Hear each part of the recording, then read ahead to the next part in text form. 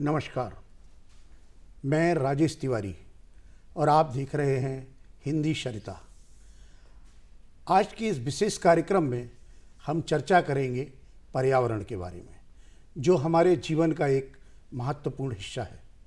इसीलिए कहा गया है कि 10 कूपो महाबापी, 10 कूपो महाबापी, 10 बापी समूह हृदा, 10 हदा समूह पुत्रो, 10 पुत्रो समोदमा। अर्थात 10 कुओं के बराबर एक बावड़ी उपयोगी है और 10 बावड़ियों के बराबर एक तालाब उपयोगी है और 10 तालाबों के बराबर एक पुत्र उपयोगी है और वहीं 10 पुत्रों के बराबर एक वृक्ष उपयोगी होता है। हम जैसे जैसे हमारे चारों तरफ की जीवनचर्या बदल रही है, उसी क्रम में हमें पर्यावरण के संबंध में भिन्न भिन्न चुनौतियों का सामना करना पड़ रहा है। आज इस परिचर्चा में हमारे साथ जुड़े हैं मेहमान के रूप में, वो हैं श्री राजेंद्र केरकर जी, जो पर्यावरण विज्ञान के बहुत गहन अध्ययन कर चुके हैं और पर्यावरण के ऊपर इनका प्रयास बचपन से सतत जारी है। वैसे इतिहास और समाजशास्त्र से स्नातकोत्तर की उपाधि लेने के बाद अपनी हॉबी को इन्होंने गोवा के पुण्य वन्य क्षेत्रों के संवर्धन और संरक्षण के लिए उपयोग किया है। इसी तारतम्य में इन्होंने गोवा के ग्रामीण और शहरी क्षेत्रों के लोगों को पर्यावरण के साथ रहना, उनकी रक्षा करना और उसके प्रति जागरूक होना, ये शिक्षा इन्होंने दी है। साथ ही ये भिन्न भिन्न पर्यावरण और प्रकृति के साथ के लिए काम करने वाली संस्थाओं के साथ मिलकर इन्होंने इस गोवा के वन्य क्षेत्र को पर्यावरण के संवर्धन और संरक्षण में महत्वपूर्ण भूमिका निभाई है। इसी क्रम में इन्होंने बॉम्बे नेचुरल हिस्ट्री नामक संस्था के साथ मिलकर गोवा क्षेत्र की नेत्रावती और महादेव वन अभयारण्य क्षेत्र के पुनरुत्थान का काम किया है। आप कर्नाटक, गोवा और महाराष्ट्र में 4000 से अधिक व्याख्यान और स्लाइड शो दिखाकर लोगों को जागरूक कर रहे हैं। श्री राजेंद्र केरकर जी, आपका इस परिचर्चा में स्वागत है। नमस्ते, मैं ही आपका स्वागत करता हूँ। केरकर जी, सबसे पहले हम ये जानेंगे कि पर्यावरण का हमारे जीवन में महत्व क्या है। पर्यावरण और सजीव, इनका संबंध तो पुरखों से है। जब धरती पर आदमी आ गया, आपको नास्तीय सूक्त का जो अनुवाद, सृष्टि से पहले सत नहीं था, असत भी नहीं था, अंतरिक्ष भी नहीं था, क्या छिपा था उस अगन तल, जल भी कहा था। जब इस धरती पर जल आ गया तो जल के साथ हमें वनों की निर्मित हो गई। वनों की निर्मित के बाद हम देख रहे कि जानवर आ गए और बाद में इस धरती पर हमें आदमी दिखाई दिया। सो आदमी जब आ गया तो आदमी जिस प्रकृति के साथ जुड़ा था, ये प्रकृति से उसका रिश्ता था और ये रिश्ता का वो पालन करता था, उसको हम पर्यावरण कहते हैं। पर्यावरण ये भिन्न शब्द नहीं है। पर्यावरण तो आदमी से जुड़ा है। यदि पर्यावरण नहीं तो आदमी इस धरती पर, इस दुनिया में रह नहीं सकता। और ये पर्यावरण पोषक रहना चाहिए और पोषक रहने के वास्ते आदमी इस धरती पर खुशी से जीवन जिएगा और उसकी अभिवृद्धि हो जाएगी। तो इसको हम पर्यावरण कहते हैं। तो हम ये समझ सकते हैं कि पर्यावरण के अंतर्गत जो पृथ्वी के प्रकृति के मुख्य घटक है, जल, वायु, अग्नि, आकाश, इन सब का पर्यावरण का एक सम्मिलित, इन सब का सम्मिलित नाम एक पर्यावरण है। हाँ जी, हाँ। तो हमारे जो ये घटक हैं, ये आज की वर्तमान स्थिति में कहाँ कैसे दूषित हो रहे हैं और कितने दूषित हो चुके हैं, और इनका हमारे परिवार जीवन शैली में या मनुष्य की जीवन के लिए कितनी खतरनाक है। हम जब बोलते हैं कि हमारी भारतीय संस्कृति है, भारतीय संस्कृति ने तो पंच महाभूतों का अस्तित्व माना है, और ये पंच महाभूत का अस्तित्व हम यदि अबाधित रखेंगे, सुरक्षित रखेंगे, तो हमारा जीवन आनंदी हो जाएगा। आज हम देखते हैं कि जो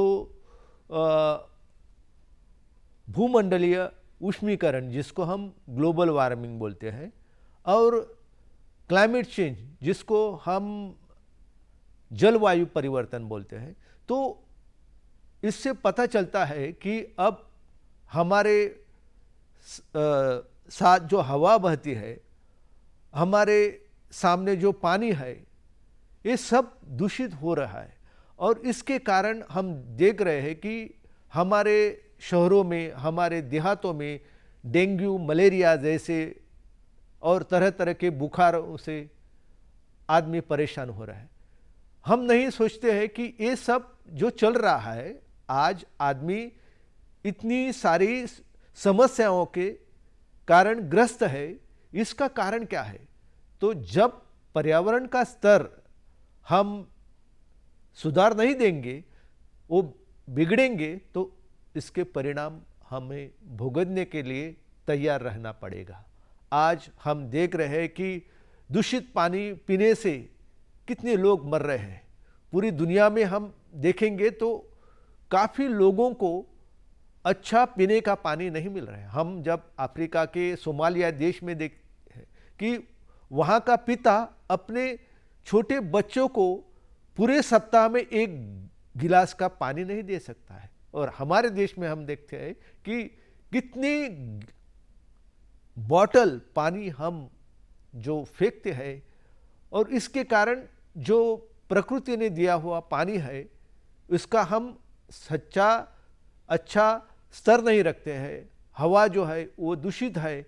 हम दिल्ली में जाएंगे, हम कहीं भी जाएंगे भारत में, तो हमें पता चलता है कि देहातों में जहाँ वन औषधि है, वहाँ पौधे हैं, झरने हैं, वहाँ अच्छा पानी मिलता है, अच्छी हवा मिलती है। लेकिन हमारे शहरों जो है, वहाँ का पर्यावरण का स्तर काफ़ी नीचा हो रहा है, और इसके कारण हमें तरह तरह के बीमारियों को झेलना पड़ता है। आदमी के सामने इतनी सारी चुनौतियां हैं कि कैसे हम जिएंगे जब प्राणवायु भी हमें अच्छा नहीं मिलता है, पानी भी अच्छा नहीं मिलता है। हमारी जो राज्य घटना है, कॉन्स्टिट्यूशन है, वो इसका जो 48 आर्टिकल है और 51 आर्टिकल है, ये दोनों का यदि हम देखेंगे, हाँ, तो उसमें क्या लिखा है कि हर एक आदमी का आद्य कर्तव्य है कि अपने पर्यावरण, अपने परिसंस्था, अपनी वनों की रक्षा करना है। लेकिन आज हम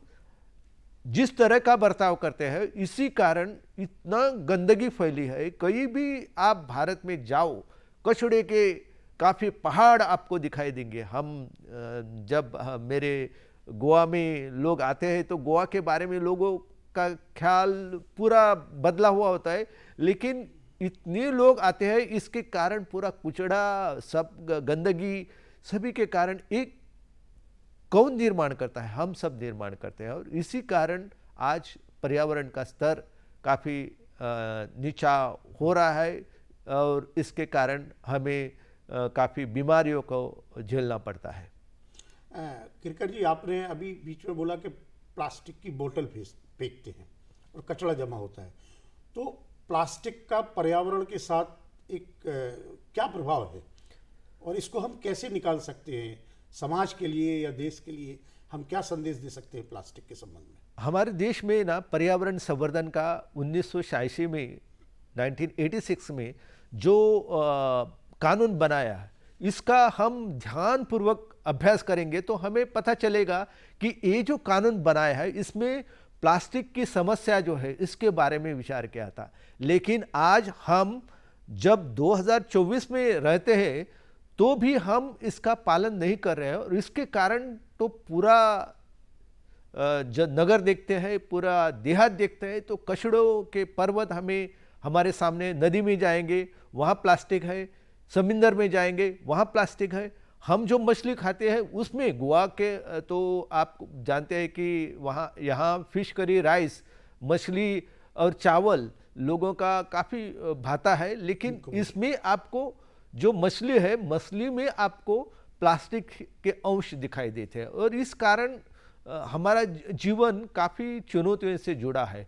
और यदि हम इस प्लास्टिक के बारे में अभी उसको मुक्त करने के लिए हम प्रयास नहीं करेंगे तो काफ़ी समस्याएं निर्माण हो सकते हैं। मुझे याद है कि मैं छोटा था तो मेरी माँ मुझे बोलती थी कि जा एक पत्ता लेके आ, तो हम केलों के जो पत्ते होते थे, हमारे गोवा में काफ़ी लोग हैं उन पत्तों का इस्तेमाल करता है, और हम जब जंगल में रहते हैं ना तो हमें हमारे सामने काफ़ी ऐसे पत्ते होते हैं कि मकरंगा पैलेटेटा, जिसको हम चांदीउड़ा बोलते हैं, तो ये पेड़ के पत्ते लाते हैं, वो तो पूरा प्लेट जैसा था और इसके ऊपर हम खाना डालते थे और उसका आस्वाद लेते थे। उसकी जो क्लोरोफिल थी ना, वो उससे खाने की मजा और उसका जो स्तर है और स्वाद भी है वो काफ़ी अच्छा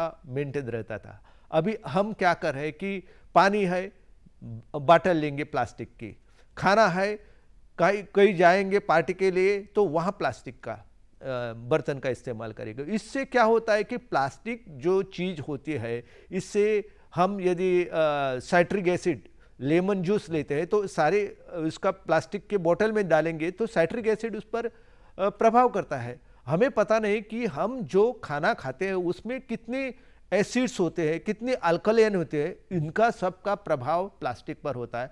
और इसलिए हमें अभी उसके बारे में सोचना है और किस तरह हम जो एक जो स्टील प्लेट होती है इसका हम इस्तेमाल करेंगे तो मुझे लगता है कि जो खाना खाते हैं उसका खाने का हमें स्वाद और उसका जो न्यूट्रिशन वैल्यू है वो हमें अच्छी तरह मिल सकता है। और इस कारण आज हमें पहला काम करना चाहिए कि कैसे हम प्लास्टिक को हमारे जिंदगी से हम निकाल देंगे, कैसे नियंत्रित करेंगे, और हम जो रेड्यूस, रिफ्यूज, रिसाइकल, ये जो फॉर्मूला है इसका हम इस्तेमाल करेंगे तो काफ़ी चीज़ें हो सकती हैं। देखो, हम जब बाज़ार में जाते हैं तो एक थैला लेके कपड़े का जाएंगे तो काफ़ी प्रॉब्लम जो है, समस्या है, वो कम हो सकती है। लेकिन हम नहीं जाते हैं, हाथ में कुछ नहीं होता है, कपड़े का थैला नहीं होता है, हम प्लास्टिक की जो थैला होता है वो लेके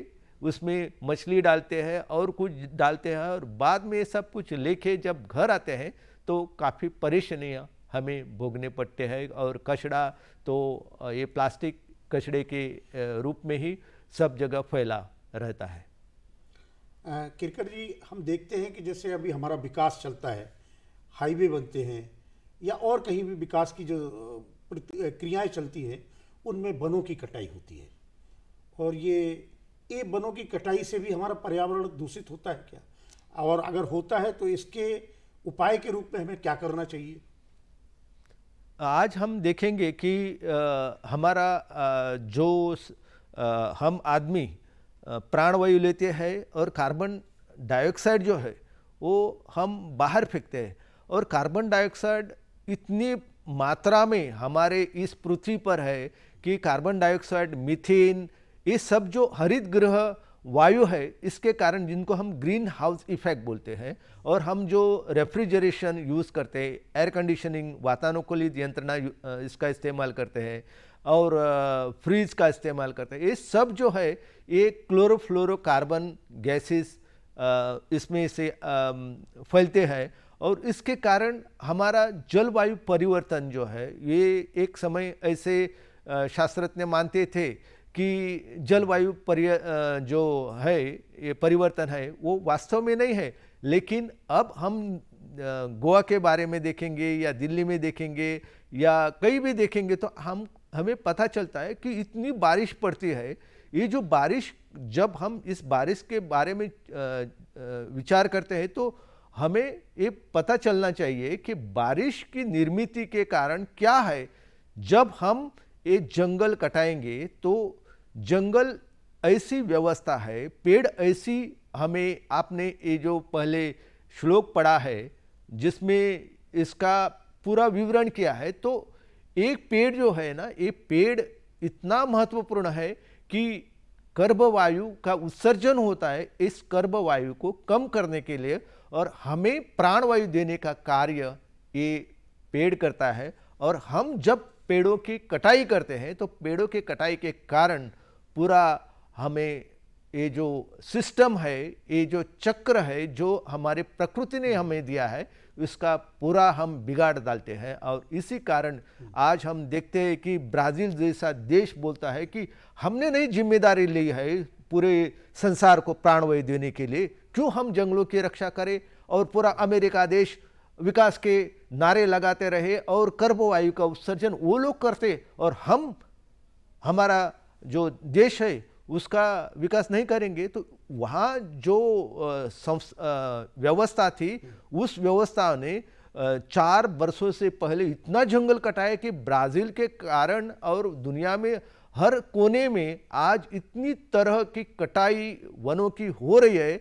और हमारे भारत देश में हम देखेंगे तो इतना स्तर नीचा हो रहा है कि हम जब गोवा के बारे में सोचते हैं तो गोवा के बारे में मुझे पता है कि मैं जब छोटा था तो हमारा गोवा इतना सुंदर और समृद्ध था, इतना बने से अच्छा लगता था कि हमारे पूर्वजों ने देवराई परंपरा निर्माण की थी, देववृक्षों की परंपरा निर्माण की थी और इन कारण वनों की, वृक्षों की रक्षा होती थी। अभी क्या हो रहा है कि ये जो सब परंपरा है, ये सब संस्कृति है, ये संस्कृति हम विज्ञान का उसका रिश्ता नहीं जोड़ते हैं और इसी कारण हम जो देवराई है उसकी कटाई करते हैं और वहाँ सीमेंट कंक्रीट के मंदिर बनाते हैं।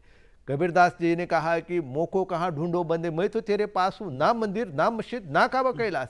ये सब जब बताया है तो हमें पेड़ों के रूप में, यदि हम मुस्लिम पीरों के बारे में सोचेंगे, वह नीम के पेड़ जो है उनको, ये तेलंगाना जाइए, कर्नाटका जाइए, वहाँ हर पीर जो होता है मुसलमानों का वो इस पेड़ से जुड़ा होता है। हमारे यहाँ गोवा में आएंगे, महाराष्ट्र में जाएंगे तो पूरे जो आम का पेड़ है, तरह तरह के भारतीय पेड़ है, जो स्वदेशी वृक्ष है, इस स्वदेशी वृक्ष में लोगों ने भगवान का रूप देखा है और उनकी रक्षा की है। ये जो परंपरा है, ये परंपरा से हम दूर जा रहे हैं और हम सीमेंट कंक्रीट के मंदिर, मस्जिद बना रहे, चर्चेस बना, गिरजाघर बना रहे और इसी कारण इतना वायु जो है, कार्बन डाइऑक्साइड है, इसका हमें उत्सर्जन हो रहा है। इसी कारण काफ़ी समस्याएं निर्माण हो रही है। केरकर जी, जैव विविधता भी एक पर्यावरण के लिए बहुत आवश्यक है, इसके बारे में आप क्या कहेंगे? जैव विविधता जो है कि हर एक, आप किसी भी शहर में रहते हैं और इस शहर में यदि पेड़ नहीं तो वहाँ इस पेड़ों पर आपको तितलियाँ नहीं दिखाई देंगी, पंछी दिखाई नहीं देंगे।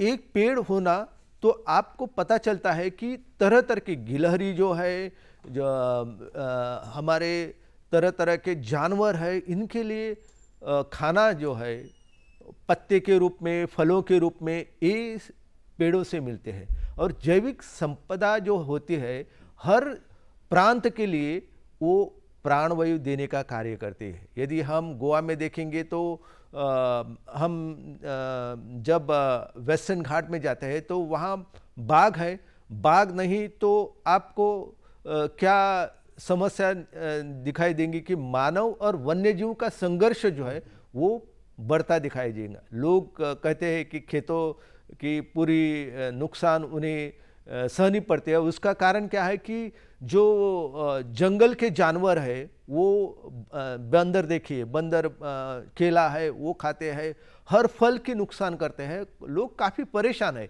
लेकिन ये लोग नहीं जानते हैं कि ये समस्या क्यों हो गई कि जैविक संपदा की जो हम हानि कर रहे हैं और जैविक संपदा के हानि के कारण ये समस्या बढ़ रही है। यदि जैविक संपदा का समन्वय, संतुलन नहीं रहेगा तो आदमी का जो संघर्ष है जानवरों के साथ वो बढ़ जाएगा। और हम जो परिसंस्था बोलते हैं, इस परिसंस्था के निर्माण के लिए, इस परिसंस्था के अस्तित्व के लिए हमें ये जैविक संपदा की रक्षा करने की ज़रूरत है। और हमारे संस्कृत में कहा है कि यावत भूमंडला धत्ते सशैलवन काननम तावत तिष्ठन्ति मेंदिन्याम संतति पुत्र पौत्र के देहांते परम स्नानम यस्वरपि दुर्लभम प्राप्नोति पुरुषम नित्यम महामाया प्रसादता। इसका क्या अर्थ है कि जब तक ये धरती पर झरने रहेंगे, वनों की रक्षा होगी, करेंगे, हम जैविक संपदा की रक्षा करेंगे, तो ही हमारा जीवन सुखी हो जाएगा और जो देव देवता है उनका कृपा आशीर्वाद हमें लाभेगा। लेकिन आज हम देखते हैं कि जैविक संपदा को हम इतना कम स्थान देते हैं। इसी कारण आज आदमी का जीवन जो है वो काफ़ी चुनौतियों से ग्रस्त है। इस चुनौतियों से आदमी का जीवन मुक्त करना चाहिए, तो जैविक संपदा की रक्षा और संवर्धन करना हमारा फर्ज है। किरकर जी, हम देखते हैं कि अभी वर्तमान में, जैसे अभी बिल्कुल वर्तमान में कुछ दिन पहले ही वायनाड में एक आपदा आई, इसके पहले बद्रीनाथ केदारनाथ में भी आपदा आई। तो ये जो आपदाएं आ रही हैं, या हम देखते हैं कि अनियंत्रित वर्षा होती है, या तो कहीं होती नहीं है या कहीं इतनी होती है कि उसको संभालना मुश्किल पड़ता है। तो ये सब कारण भी क्या पर्यावरण के कारण ही है? ये सब पर्यावरण असंतुलन जो है इसका ये मुख्य स्रोत है कि आज जो जलवायु परिवर्तन है और हमारे सामने जो भूमंडलीय उष्मीकरण है, ये पूरा यदि हम विचार करेंगे तो हमें पता चलता है कि धरती की तापमान की वृद्धि क्यों हो रही है कि हम ज़्यादातर जीवाश्म जो ईंधन है इसका इस्तेमाल करते हैं। हम देखते हैं कि हम एक चीज़ हमें खरीदने हैं तो हम 10 चीज़ें खरीदते हैं, और इसी कारण क्या होता है कि हम जो चीज़ें इस्तेमाल करते हैं, प्लास्टिक, रबर, थर्माकोल, ये सब कुछ फेंक देते हैं कूड़े में। तो इसके कारण क्या होता है कि कार्बन का उत्सर्जन होता है, और जब कार्बन का उत्सर्जन बढ़ता है तो हमारे जो मंडल है, भूमंडल है, इसमें ज़्यादा जल निर्माण होता है, ज़्यादा जल जाता है, और इसी कारण बारिश जो है इतनी पड़ती है कि इसकी वृष्टि, अभी आप वायनाड में देखेंगे, केरला में वायनाड जो है, ये वायनाड काफ़ी 200 से भी ज़्यादा लोग वहाँ मरे हैं।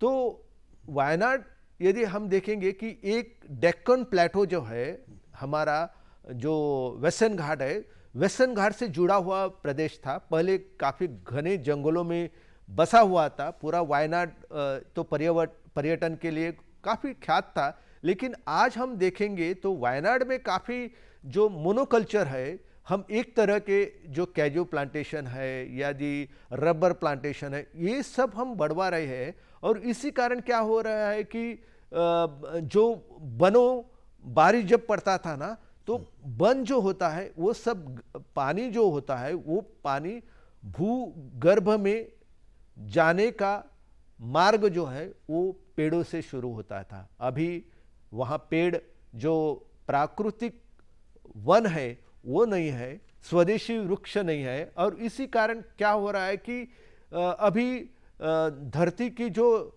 पानी धारण करने की क्षमता है वो काफ़ी कम हो रही है।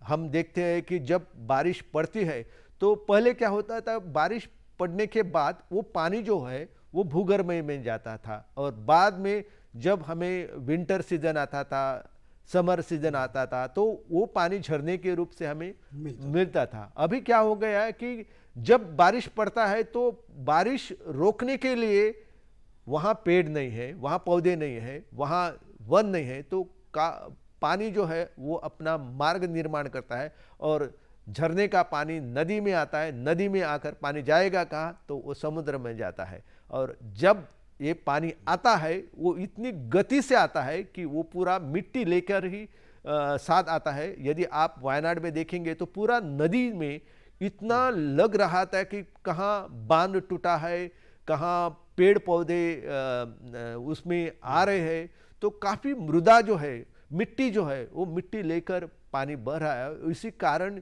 जो भूस्खलन है, लैंडस्लाइड है, वो लैंडस्लाइड काफ़ी इंटेंसिफाइड हो गए। जो हम बद्रीनाथ में देखते हैं कि वहाँ तो हिमालय है, हिमालय तो यंगेस्ट माउंटेन है। हमारा जो वेस्टर्न घाट है वो काफ़ी पुराना माना जाता है, लेकिन अभी हम देख रहे हैं कि जो परिस्थिति हमने हिमालय की उससे से काफ़ी खतरनाक परिस्थिति हमने इस हमारे वेस्टर्न घाट की किया, और इसके कारण अभी भूस्खलन जो है वो बढ़ रहा है। वायनाड की परिस्थिति है या बद्रीनाथ की परिस्थिति, इसमें पूरा मनुष्य का गैर बर्तन जो है, गैर व्यवहार जो है प्रकृति के साथ, वो कारण है। और इसके लिए हम अभी से शुरुआत नहीं करेंगे, वायनाड से हम कुछ उससे अपना नया मार्ग नहीं निकालेंगे तो काफ़ी परिस्थिति बिगड़ हो सकती है। हमने देखा है कि 2006 में मुंबई में कैसे मिट्टी नदी को हमने प्लास्टिक से इतना ग्रस्त किया कि पूरा पानी आके मुंबई की परिस्थिति काफ़ी भयानक हो गई, काफ़ी लोगों को इसका कष्ट झेलना पड़ा, मृत्यु हो गई।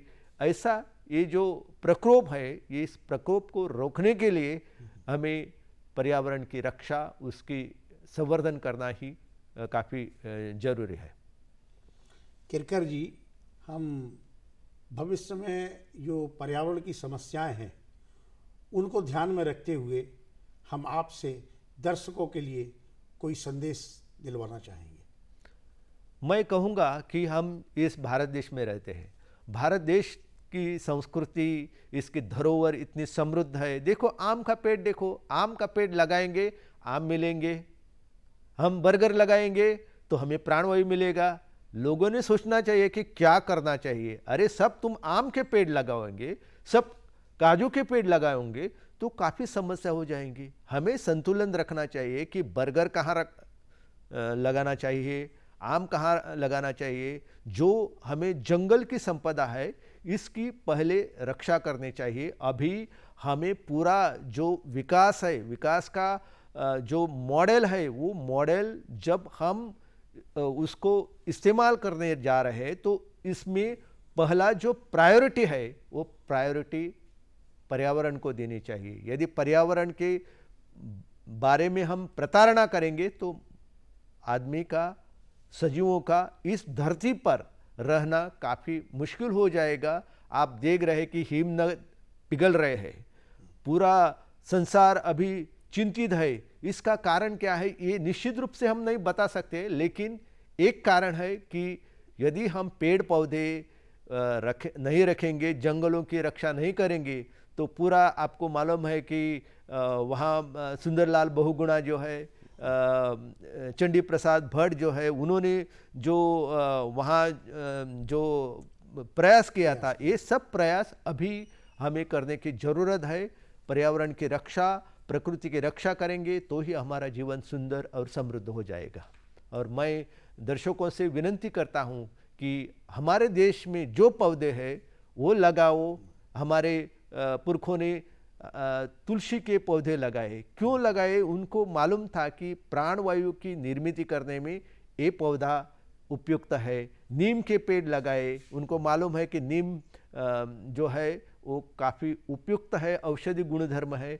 ऐसे हम पेड़ पौधे लगाएंगे तो ही हमारा जीवन समृद्ध हो जाएगा। जामुन लगाओ, हमारे देश के हर पौधों की हम रक्षा करेंगे तो ही हम ये जिंदगी में काफ़ी सफल हो जाएंगे और समृद्ध हो जाएंगे।